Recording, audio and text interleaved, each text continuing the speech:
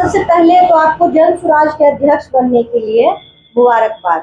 और दूसरा सवाल मेरा आपसे ये है कि आपको जन स्वराज पार्टी का यानी कि बिहार के 3rd नंबर सबसे बड़े पार्टी का अध्यक्ष बनाया गया है, तो इसमें आपका क्या कहना है? सबसे पहले तो आप सभी मीडिया कर्मी को बहुत बहुत धन्यवाद।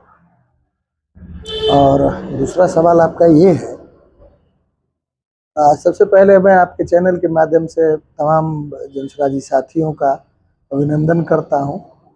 अपने शीर्ष नेतृत्व का धन्यवाद करता हूं जो हमें विश्वास किए और हमको अध्यक्ष पद पर बिठाए हैं। दूसरा सवाल आपका ये है कि तीसरी बड़ी पार्टी है और उसमें अध्यक्ष पद हमको दिया गया है, तो ये शीर्ष नेतृत्व का विश्वास है कि अनिल मिश्रा को अध्यक्ष बनाने के बाद पार्टी और बेहतर करेगी, इसलिए उन्होंने इस विश्वास के साथ हमको इस पद पर बिठाया है और हम अपने कर्तव्य पथ पर निरंतर आगे बढ़ेंगे और बेहतर करने की कोशिश करेंगे। इसी और आशा विश्वास के साथ हम भी इस पद पर बने हैं। संगठन की जो विचारधारा है उसको आप गांव-गांव तक कैसे पहुंचाएंगे? मैन टू मैन जाके मिलना होगा और संगठनात्मक ढांचा इस तरह से इसका निर्माण किया जा रहा है कि गांव के सबसे निचले स्तर पर बसर करने वाले व्यक्ति तक जनस्वराज की पहुंच होगी। और कमोबेश स्थिति आज ये है कि 99% लोग जो दूसरे विचारधारा में भी है वो भी जनस्वराज और प्रशांत किशोर जी की बातों से सहमत है। और जितनी भी राजनीतिक पार्टियां हैं उनके कथनी और करनी में उन्होंने 78 सालों में जो फर्क देखा है उस फर्क को महसूस कर रहे हैं और जनस्वराज से लगातार जुड़ाव हो रहा है और स्वतः स्फूर्त है। बस हम लोगों को अप्रोच करने की आवश्यकता है। लोग तो हाथ बांधे खड़े हैं कि हमारे पास अपॉर्चुनिटी जनस्वराज की आए और हम लोग इससे जुड़े। और बिहार में ये एक तीसरी बड़ी नहीं कही एक सबसे बड़ी पार्टी होगी जिसका शुरुआत ही 1 करोड़ सदस्यों से हुआ था। और आज की स्थिति ये है कि बहुत सारे लोग माने 100% लोग जनस्वराज से प्रभावित है, इसके विचारधारा से प्रभावित है। लोग जुड़ने के लिए तत्पर हैं और हम लोग गांव-गांव जाकर हर व्यक्ति तक अपनी पहुंच बनाएंगे। इसी कोशिश में लगातार हम लोग लगे। सबसे पहले आपकी प्राथमिकता क्या होगी अध्यक्ष बनने के बाद? सबसे पहले प्राथमिकता होगी कि हम कारगर लोगों का जो सक्रिय सदस्य है, जो होल टाइमर है पार्टी के, उनको एक जगह इकट्ठा करके एक बैठक आयोजित करें और उनमें से सार्वजनिक तौर पर उन लोगों में से वैसे कारगर व्यक्ति का चुनाव करें जो संगठन को आगे बढ़ाएं और संगठन को मजबूती प्रदान करें। ऐसे लोगों का एक बैठक करके एक उनको संक्षिप्त एक ग्रुप बनाया जाएगा, जैसे विभिन्न पद उसी में दिए जाएंगे जिससे संगठन मजबूत बनेगा। अधिक से अधिक युवा जो है इससे जुड़े और उसके लिए काम करे, पार्टी के लिए, जनस्वराज पार्टी के लिए काम करे, तो इस दिशा में आपका क्या प्रयत्न हुआ?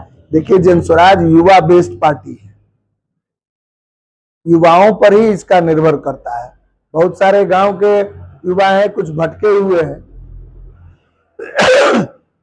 तो उनको सही रास्ते पर ला करके इससे जोड़ना पहली प्राथमिकता होगी और उनको इससे जोड़ेंगे और युवा ही इस राज्य का कायाकल्प कर सकते हैं। युवा अगर आगे होंगे तो निश्चित रूप से पार्टी बलवत्त होगी। और युवा इस बात को समझ रहे हैं कि हम बाहर किसी प्रदेश में जाकर नौकरी करने चले जाते हैं, यहाँ से मजबूरन पलायन करना पड़ता है। तो देख रहे हैं कि बिहार में आने वाले समय में दूसरी पार्टियों के द्वारा कुछ नहीं किया जाएगा, हम लोग फिर पलायन मुख्य रूप से करना ही होगा इन लोगों को। इसलिए वो लोग भी चाहते हैं कि इससे जुड़ करके यही व्यवस्था, अपनी व्यवस्था उनकी बने, इसी दिशा में वो लोग भी प्रयासरत है और हम लोग उसमें सहयोगी के रूप में खड़ा हो। मौजूदा सरकार की कौन-कौन सी ऐसी विफलताएं हैं जो प्रत्यक्ष तौर पे दिख रही है और लोगों के लिए वो हितकारी नहीं है? मौजूदा सरकार की तो सभी मुद्दों पर जितने भी बात की जाए सभी विफल है सरकार। आप देख लीजिए कि अभी सरकारी खजाना का लूट हुआ, 10-10 हजार रुपया दे करके वोट खरीदा गया, विफल है। इवन सरकारी खजाना खाली है। गरीबों के जनहित में जो गरीबों के लिए जो योजनाएं चलाई जा रही थी सरकार के द्वारा, सारे बंद पड़े हुए हैं। इंदिरा आवास मिलने में विलंब हो रहा है, पेंशन समय से नहीं पहुंच रहा है। इंदिरा आवास का जिसको पहला किस्त मिला उसको दूसरा किस्त नहीं मिल रहा है, जिसको दूसरा किस्त मिला उसको तीसरा किस्त नहीं मिल रहा है। विभिन्न सारी योजनाएं, कबीर अंत्येष्टि हो या बहुत सारी ऐसी योजनाएं हैं जनहित की, जिसके संचालन में पैसे के अभाव में, सरकारी खजाना खाली रहने के कारण, आर्थिक स्थिति बिहार की डवाडोल रहने के कारण बहुत सारे योजना है वो लंबित पड़ी हुई है। यही कारण है कि सरकार हर एक जगह विफल रही है। आप देख लीजिए अब अपराध बढ़ रहा है।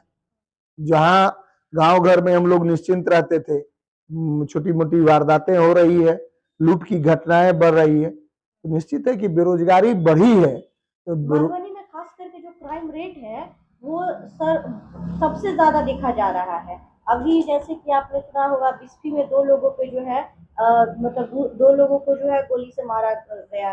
वो आप तो बिस्फी की बात कर रही हैं। हमारे पंचायत में अभी पीएनबी के एक स्टाफ थे, परसों उनके पैर में गोली मार के बाइक छीन ली गई।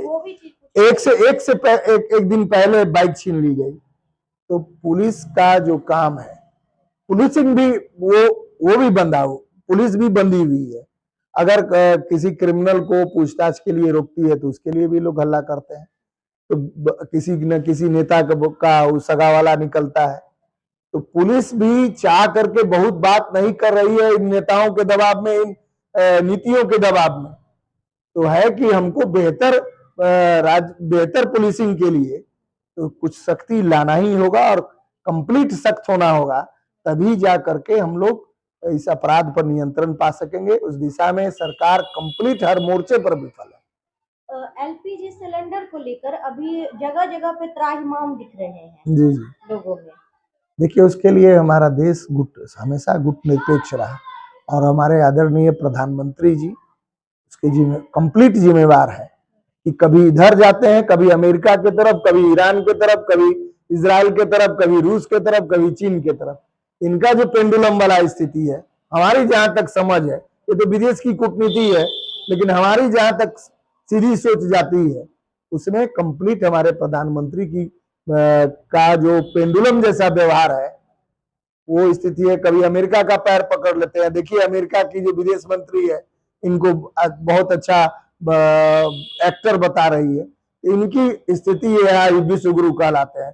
बड़ी शर्म की बात है कि अमेरिका जैसे देश का विदेश मंत्री हमारे प्रधानमंत्री को नौटंकी वाला बोलता है, बेस्ट एक्टर बोलता है। यही बात है। और लोग अंधभक्त हैं, जो चमचे लोग हैं, पालिश करने में, विश्वगुरु करने में। अरे भाई, तुम्हारे यहाँ गैस की किल्लत है, लोग विकास के नाम पर आगे बढ़ता है, तुम फिर से पुराने दिन में लौट रहे हो। चूल्हा में लकड़ी जला करके खाना बनवा रहे हो। तुम्हारा विकास पुरुष कहलाने का जो सपना था, जो विकास पुरुष कहलाते हो, तो झूठ का बात है, तो गलत बात प्रचारित किया जा रहा है। सांसद में बोलते हैं हमारे आदरणीय गृह मंत्री कि गैस की कहीं कोई किल्लत नहीं है, और लंबी लंबी कतारें। अभी आप मीडिया पर्सन है, आप देखिएगा कि हर गैस गोडाउन के आगे। मेरी सवाल आपसे होगी, जहां विकास के बहुत सारे कई मुद्दे ऐसे हैं जिसपे काम करने की सरकार को जरूरत थी, वहां पे यूजीसी जैसे कानून को ला दिए हैं जिसमें समाज जो है बच चुके हैं बुरी तरीके से और लड़ रहे हैं आपस में। हम आपको बता रहे हैं कि बीजेपी की हमेशा नीति रही है कि जब जनता सवाल पूछना चाहती है तो कोई न कोई ऐसा मुद्दा खड़ा कर देते हैं जो जनता अपने सवाल से भटक करके उस मुद्दे में लग जाती है। तो इन लोगों का आम जनता को दिग्भ्रमित करने का शुरू से ही पैटर्न रहा है। आप देख लीजिए, जब देश बीजेपी के खिलाफ खड़ा हुआ था 14 इलेक्शन के बाद, तो पुलवामा घटना हुई, लोग पुलवामा में लग गए। उसके बाद दूसरी घटना हुई, उस दूसरे इलेक्शन के समय में दूसरी घटना हुई। आप भारत पाकिस्तान युद्ध का एक कुछ नहीं था, इसे सब फॉल्स रहता है। सिर्फ लोगों के वास्तविक मुद्दे से भटकाने की बात होती है।